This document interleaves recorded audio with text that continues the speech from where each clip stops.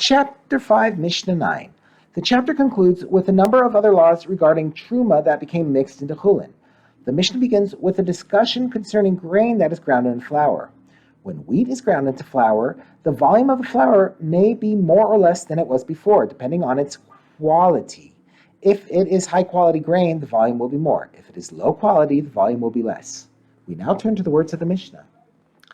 If a se'ah of truma produce fell into 100 se'ah of chulin produce and was therefore nullified, but someone then ground the mixture and, as a result, it decreased in volume, we say that just as the chulin produce decreased in volume, so too the truma produce decreased in volume.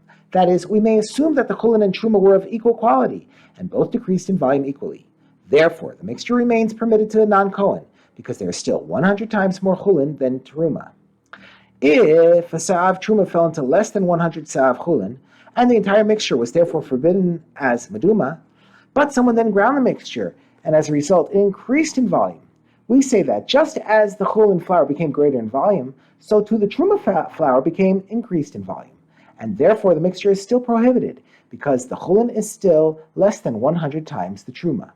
However, if it is known that the chulin wheat was of a higher quality than the truma wheat, and the chulin wheat therefore increased in volume more than the truma wheat, causing the chulin to be 100 times the truma, it is permitted to a non-Kohen.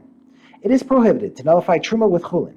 The Mishnah discusses a situation where there was not enough chulin to nullify the truma, and later more chulin was added to the mixture.